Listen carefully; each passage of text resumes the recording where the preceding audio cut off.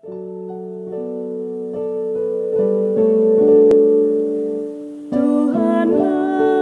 kekuatanku, Tuhanlah nyanyianku, Dialah keselamatanku.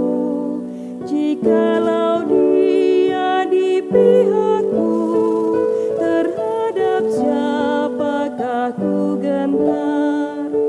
Tuhanlah kekuatanku, Tuhanlah nyanyianku, Dialah keselamatanku. Jikalau Dia di pihakku, terhadap siapakah ku gentar? Tuhanlah kekuatanku, Tuhanlah nyanyianku, Dialah keselamatanku. Jikalau Dia di pihakku, terhadap siapakah ku gentar? Tuhanlah kekuatanku, Tuhanlah nyanyianku, Dialah keselamatanku. Jikalau Dia di pihakku, terhadap siapakah ku gentar?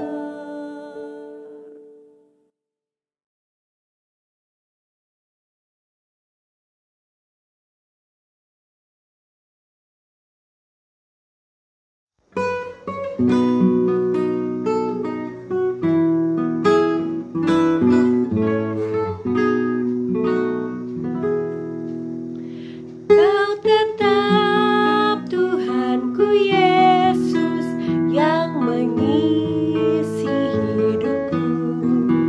Kau Rajaku selamanya, Kau tetap junjunganku.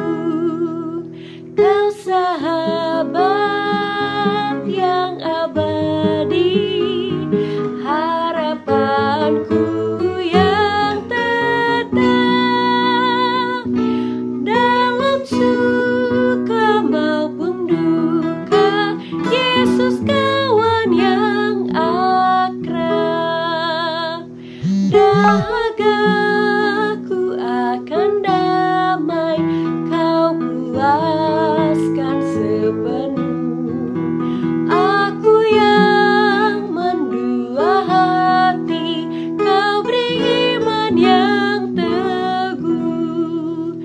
Kau sahabat yang abadi, harapanku yang tetap.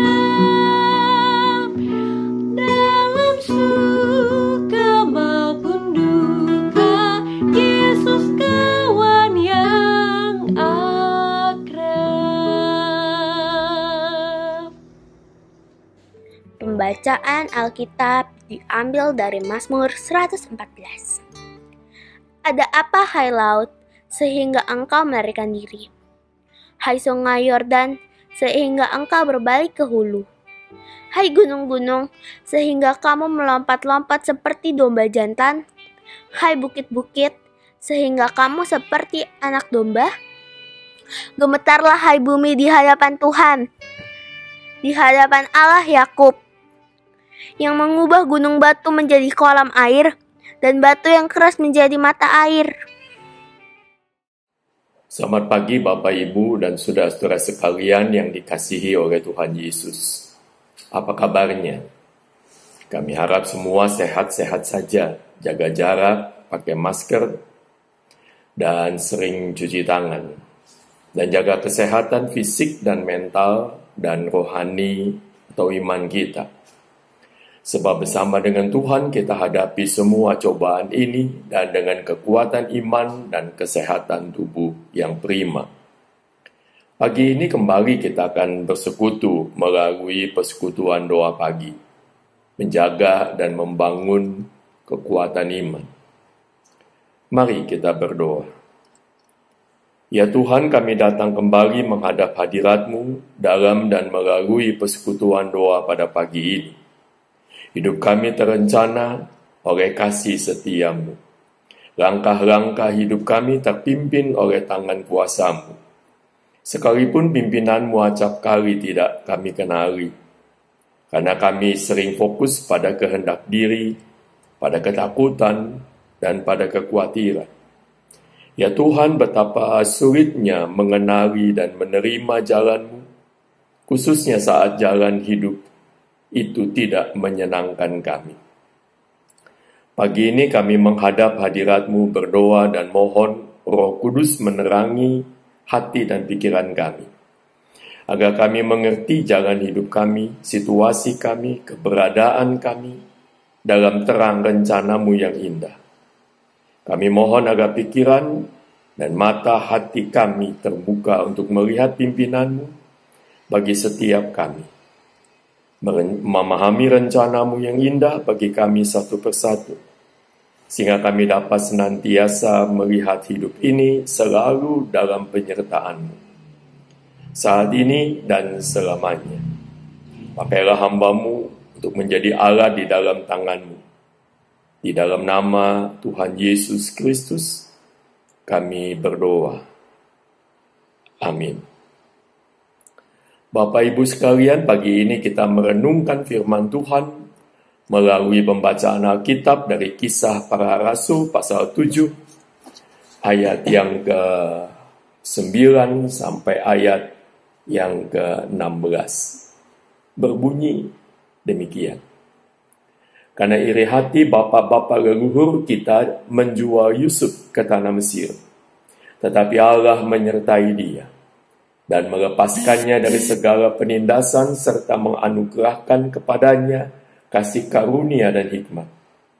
Ketika ia menghadap Firaun, Raja Mesir, Firaun mengangkatnya menjadi kuasa atas tanah Mesir dan atas seluruh istananya. Maka datanglah bahaya kelaparan menimpa seluruh tanah Mesir dan tanah Kanaan serta penderitaan yang besar, sehingga nenek moyang kita tidak mendapat makanan. Tetapi ketika Yakub mendengar bahwa di tanah Mesir ada gandum, ia menyuruh nenek moyang kita ke sana. Itulah kunjungan mereka yang pertama. Pada kunjungan mereka yang kedua, Yusuf memperkenalkan dirinya pada saudara-saudaranya. Lalu ketahuanlah asal-usul Yusuf kepada Firaun. Kemudian Yusuf menyuruh menjemput Yakub, ayahnya, dan semua sanak saudaranya. 35 jiwa banyaknya. Lalu pergilah Yakub ke tanah Mesir. Di situ ia meninggal, ia dan nenek moyang kita. Mayatnya dipindahkan ke Sikem dan diletakkan di dalam kuburan yang telah diberi Abraham dengan sejumlah uang perak dari anak-anak Hamor di Sikem. Sampai sedemikian jauh pembacaan firman Tuhan. Berbahagialah mereka yang mendengarkan firman Allah serta memeliharanya. Bapak Ibu sekalian yang dikasihi oleh Tuhan Yesus, karena iri hati bapak-bapak leluhur kita menjual Yusuf ke tanah Mesir. Tetapi Allah menyertai dia dan melepaskannya dari segala penindasan, serta menganugerahkan kepadanya kasih karunia dan hikmat. Ketika ia menghadap Firaun, Raja Mesir, Firaun mengangkatnya menjadi kuasa atas tanah Mesir dan atas seluruh istananya. Maka datanglah bahaya kelaparan atas seluruh tanah Mesir dan tanah Kanaan serta penderitaan yang besar, sehingga nenek moyang kita tidak mendapat makanan. Tetapi ketika Yakub mendengar bahwa di tanah Mesir ada gandum, ia menyuruh nenek moyang kita ke sana. Itulah kunjungan mereka yang pertama. Pada kunjungan mereka yang kedua, Yusuf memperkenalkan dirinya kepada saudara-saudaranya. Lalu ketahuanlah asal-usul Yusuf kepada Firaun. Kemudian Yusuf menyuruh menjemput Yakub ayahnya dan semua sanak saudaranya, 75 jiwa banyaknya. Lalu pergilah Yakub ke tanah Mesir, di situ ia meninggal. Ia dan nenek moyang kita. Mayat mereka dipindahkan ke Sikem dan diletakkan di dalam kuburan yang telah diberi Abraham dengan sejumlah uang perak dari anak-anak Hemor di Sikem. Bapak Ibu sekalian yang dikasihi oleh Tuhan Yesus Kristus, bagian yang kita baca merupakan pembelaan Stefanus di depan Mahkamah Agama Yahudi, di mana Stefanus dituduh menghina Musa dan hukum Taurat dengan cara ingin mengubah hukum Taurat itu, dan menghina Allah dengan mengatakan Yesus akan merobohkan bait Allah. Pasal yang ke-6 ayat 8 sampai ke-14. Dalam pembelaannya, Stefanus menjelaskan panjang lebar, termasuk asal mula sejarah bangsa Israel ini. Mulai dari nenek moyang bangsa Israel, yaitu Yusuf. Saya tidak akan menguraikan ulang Alkitab yang kita baca tadi, melainkan mengajak Bapak, Ibu, dan saudara sekalian untuk belajar memahami kehidupan dan pergumulannya. Bukan pada titik persoalan yang dihadapi, melainkan dari sejarah panjang sebelumnya yang ada di belakang, yang sudah dialami, seperti yang dilakukan Stefanus ini. Itulah sebabnya mengapa latar belakang saya adalah sebuah pintu yang tertutup. Yang kadang-kadang ketika kita menghadapi masalah, kita tidak pernah coba melihat ke belakang. Di belakang pintu, di belakang sejarah masa lalu, ada banyak hal yang di dalamnya kita bisa menemukan tangan Tuhan dan jalan Tuhan. Saudara-saudara yang dikasihi oleh Tuhan Yesus, Stefanus tidak langsung protes atas tuduhan itu. Stefanus memulai penjelasannya pada tokoh masa lalu, awal sejarah terbentuknya bangsa Israel, di mana ada tokoh yang bernama Yusuf, anak dari Yakub. Seperti yang kita ketahui, Yusuf ini dijual oleh saudara-saudaranya. Karena iri hati, Yusuf ini suka menceritakan mimpi-mimpinya kepada saudara-saudaranya, yang menimbulkan kesan bahwa dirinya akan menjadi pemimpin mereka. Perjalanan hidupnya kemudian bukan membawanya menjadi pemimpin, melainkan ia dijual jadi budak oleh saudara-saudaranya. Situasi yang akhirnya berujung pada Yusuf masuk dalam penjara. Saya tidak menceritakan peristiwanya secara detail, sebab saya yakin Bapak Ibu ingat kisah itu. Kisah itu tidak berakhir dalam penjara. Oleh karena pimpinan dan karunia Tuhan yang memampukan Yusuf menafsirkan mimpi Firaun. Kemudian Yusuf mendapatkan tempat di mata Firaun dan dijadikan kuasa di Mesir, yang pada akhirnya menempatkannya menjadi penolong bagi keluarganya.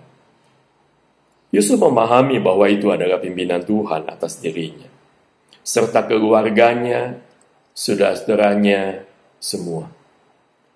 Stefanus kemudian melanjutkan kisah itu, kisah perjalanan hidup bangsa Israel. Selanjutnya sampai dengan Musa dan kembalinya bangsa Israel ke tanah Kanaan, serta pemberian hukum Taurat, dan sampai kedatangan Tuhan Yesus di dunia ini. Jadi dengan panjang lebar Stefanus menjelaskan kehadiran dan pekerjaan Tuhan Yesus melalui sejarah masa lalu, dalam kaitan dengan hukum Taurat dan bait Allah, dan apa yang diberitakan oleh Stefanus bukanlah untuk merendahkan bait Allah, sebab yang diberitakan adalah Yesus, Allah yang menjadi manusia, yang kepadanya manusia harus tunduk. Lebih lanjut, dinamika perdebatan Stefanus dengan ahli Taurat dan tua-tua, saya tidak menguraikannya, tapi berharap Bapak Ibu kembali membaca seluruh kisah itu secara utuh. Bapak Ibu sekalian yang dikasihi Tuhan, saya mau mengajak kita semua untuk melihat sesuatu yang menarik, di mana Stefanus akan memberikan penjelasan atas segala perbuatannya itu melalui sejarah masa lalu. Melalui kisah Yusuf, Stefanus mengingatkan karya Allah dalam membentuk bangsa Israel. Mulai Yusuf dijual menjadi budak, sampai ia memperoleh kepercayaan dari Firaun. Itu karya Allah. Melalui perjalanan karier seorang manusia yang bernama Yusuf. Sampai kemudian muncul kisah keluar dari Mesir, pemberian hukum Taurat, dan pembangunan Bait Allah.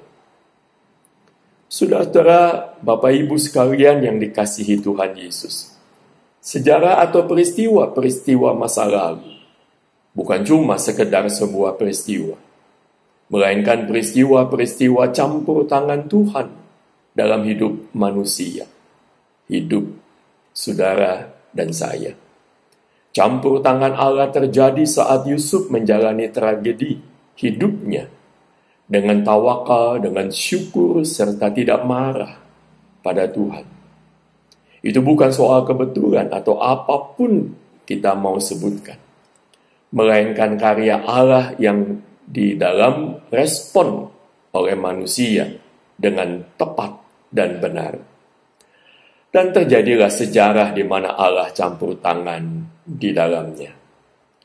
Itulah sebabnya mengapa saya berlatar belakang sebuah pintu yang kadang kita enggan membukanya.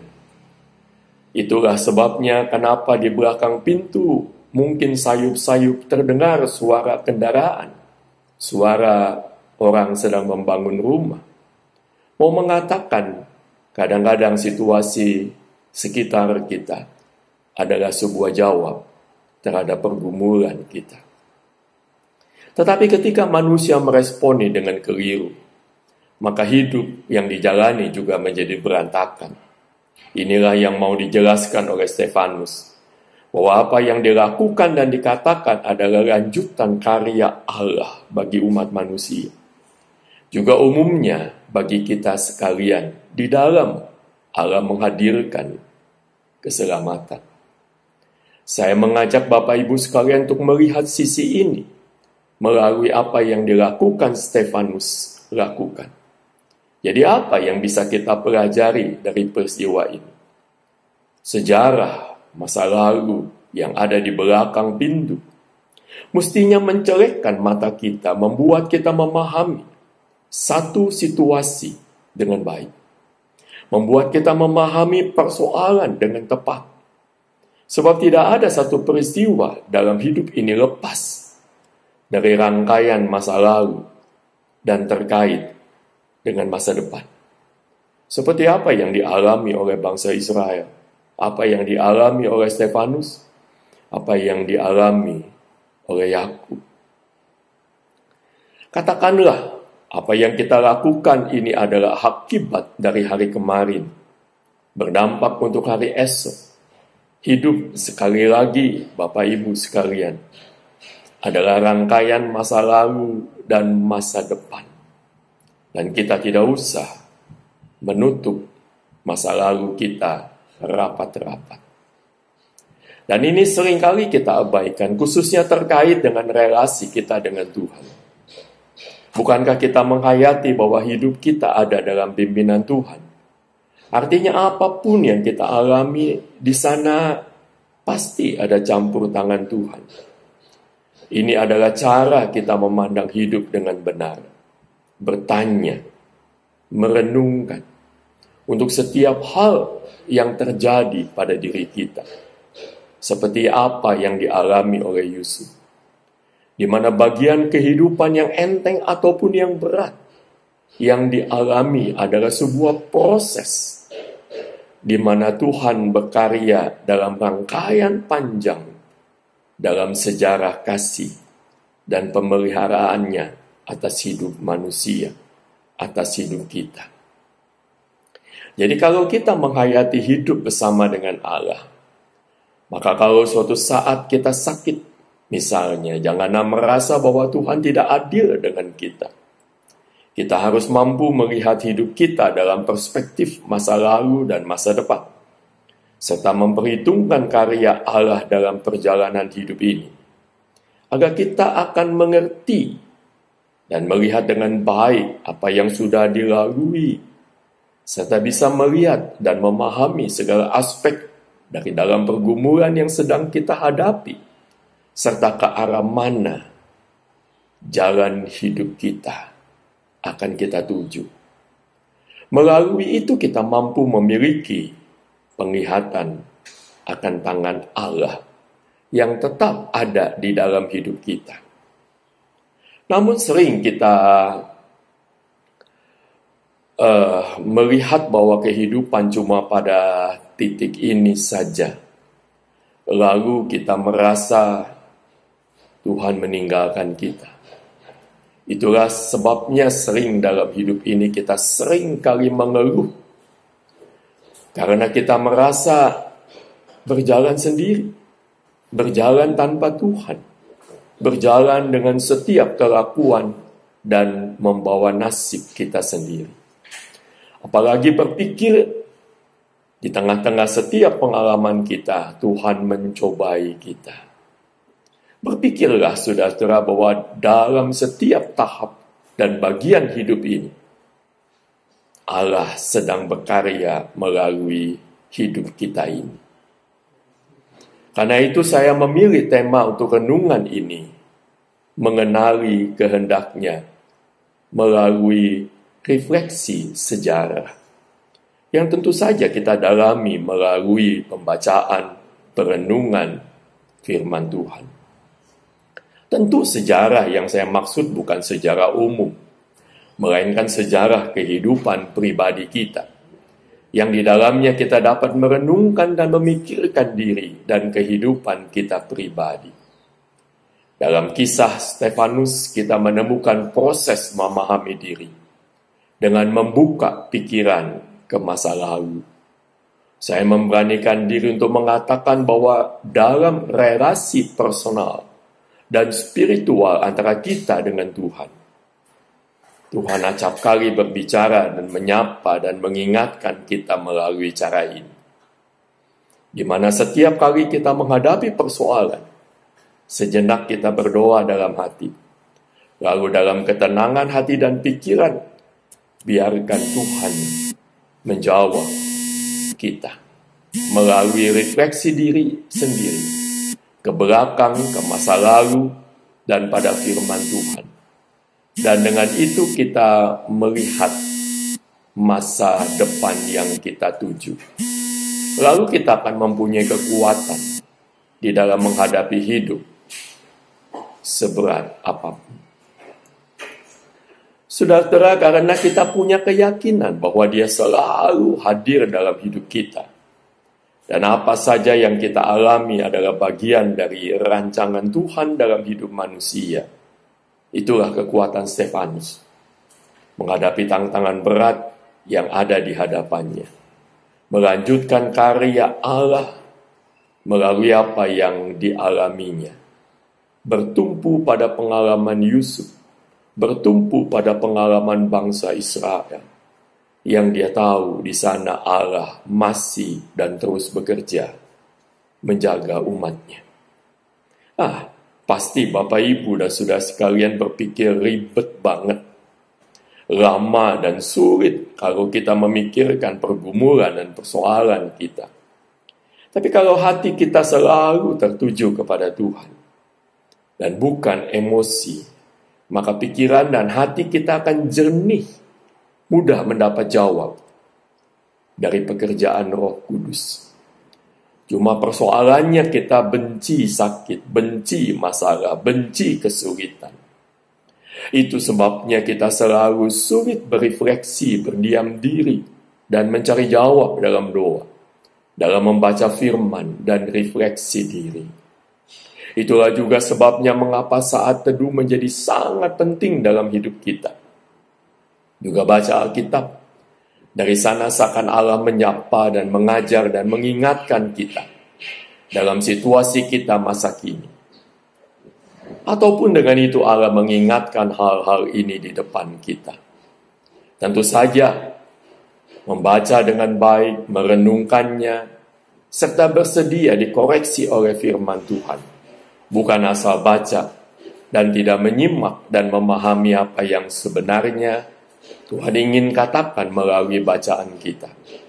Kalau itu yang kita lakukan, firman Tuhan cuma menjadi sekedar bahan bacaan. Saya percaya dan berdoa agar Bapak, Ibu, serta saudara sekalian belajar mengenali kehendak Tuhan dengan mudah. Mengenali kehendaknya melalui refleksi sejarah. Refleksi sejarah karya Allah di masa lalu yang dinyatakan dalam Alkitab serta karya Allah dalam hidup pribadi kita.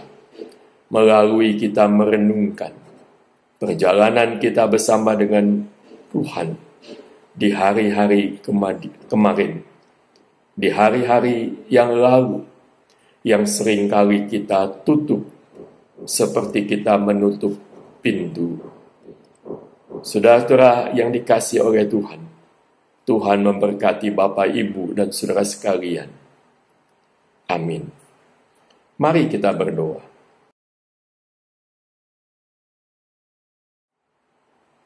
Bapa kami yang di sorga, kami mengakui ya Bapa, acap kali kami menilai situasi dan masalah yang kami hadapi melalui pikiran dan kepentingan manusiawi kami. Kami tidak pernah merefleksikan dalam terang firman-Mu. Lebih sering kami menyoroti menurut sifat manusiawi kami, kepentingan kami. Kami mohon kehadapan-Mu ya Tuhan, agar kami diberi kemampuan dan kesungguhan untuk selalu merefleksikan pengalaman hidup kami dalam terang firman. Berikan pada kami ya Tuhan pikiran yang serupa dengan Yesus, yang selalu menempatkan diri mencari kemuliaan Allah Bapa, dan bukan kesenangan sendiri selaku manusia. Dan hidup kami menjadi bagian dalam pemenuhan rencana-Mu di dunia ini. Dalam bentuk ketaatan kami menjalani kehendak-Mu. Kami ingin mendoakan para dokter tenaga medis dan setiap orang yang mengambil bagian dalam proses perawatan mereka yang sakit COVID ini. Agar Tuhan senantiasa memimpin dan memampukan serta memberikan kekuatan bagi mereka. Juga Poliklinik GKI Surya Utama, agar kehadiran dan pelayanannya membawa berkat bagi masyarakat sekitar. Kami mau berdoa bagi masyarakat, rakyat Indonesia, agar mematuhi dan menjalani protokol kesehatan dalam rangka mengatasi COVID ini. Khususnya DKI Jakarta, Jawa Timur, Kalimantan Selatan, Sulawesi Selatan, Jawa Tengah, serta bagian-bagian lain dari wilayah Indonesia. Kami ingin berdoa bagi pemerintah, khususnya aparat keamanan, baik dalam penanganan wabah ini. Kiranya hikmat Tuhan berikan, agar mereka mampu menjalani setiap tindakan dengan baik dan benar dalam menangani masalah COVID-19 ini. Kami mau berdoa bagi mereka yang terkait dengan penanganan ekonomi, agar mampu menjaga ekonomi Indonesia tetap baik. Kami juga mau berdoa buat mereka yang masih dirawat. Tuhan memberikan kepada mereka kekuatan, agar mereka menjalani semua proses pengobatan dengan baik. Demikian juga bagi para dokter dan tenaga medis lainnya, agar hikmat, kekuatan Tuhan berikan bagi mereka. Akhirnya kami mau berdoa buat gereja Tuhan, agar kehadirannya tetap menjadi suluh yang menerangi setiap langkah umat manusia. Kami berdoa dalam nama Tuhan Yesus, yang mengajarkan kami berdoa. Bapa kami yang di sorga, dikuduskanlah nama-Mu. Datanglah kerajaan-Mu, jadilah kehendak-Mu, di bumi seperti di sorga. Berikanlah kami pada hari ini makanan kami yang secukupnya, dan ampunilah kesalahan kami, seperti kami juga mengampuni orang yang bersalah kepada kami. Janganlah membawa kami ke dalam pencobaan, tetapi lepaskanlah kami dari yang jahat. Sebab Engkaulah yang mempunyai kerajaan, kuasa, dan kemuliaan sampai selama-lamanya. Amin.